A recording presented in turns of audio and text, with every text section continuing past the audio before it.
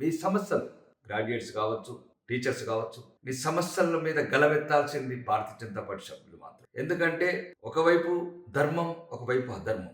ఒకవేళ మీరు మళ్ళీ పాములకు పాలు పోశారంటే, ఇప్పుడే ఈ మోసపూరిత కాంగ్రెస్ ప్రభుత్వం తెలంగాణలో మోసపూరిత వాగ్దానాలతో గద్దెనెక్కి ఈరోజు తెలంగాణ ప్రజల్ని రోజుకో మోసంతో ప్రభుత్వాన్ని నడుపుతున్న ఈ కాంగ్రెస్ ప్రభుత్వం గుణపాఠం చెప్పాలంటే, మీరు మేధావులు, తెలంగాణ సమాజం మీ వైపు చూస్తున్నది, తెలంగాణ సామాన్య ప్రజలు కూడా మీ వైపు చూస్తున్నారు.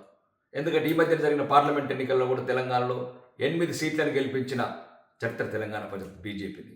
కాబట్టి దయచేసి మీరు మీ అమూల్యమైన ఓటు దేశం కోసం, ధర్మం కోసం, అభివృద్ధి కోసం మరియు మీ సమస్యల మీద ప్రశ్నించే గలాల గురించి మల్క కుమరన్నని మీ అమూల్యమైన ఓటు ఫిబ్రవరి 20 నాడు మీ పవిత్రమైన ఓటు ధర్మాన్ని గెలిపిస్తారని, మీ సమస్యల మీద ప్రశ్నించే గొంతులకు ఊపిరి పోస్తారని నేను మనస్ఫూర్తిగా మిమ్మల్ని కోరుకుంటూ మిమ్మల్ని ప్రార్థిస్తున్నాను. బోలో భారత్ మాతాకి.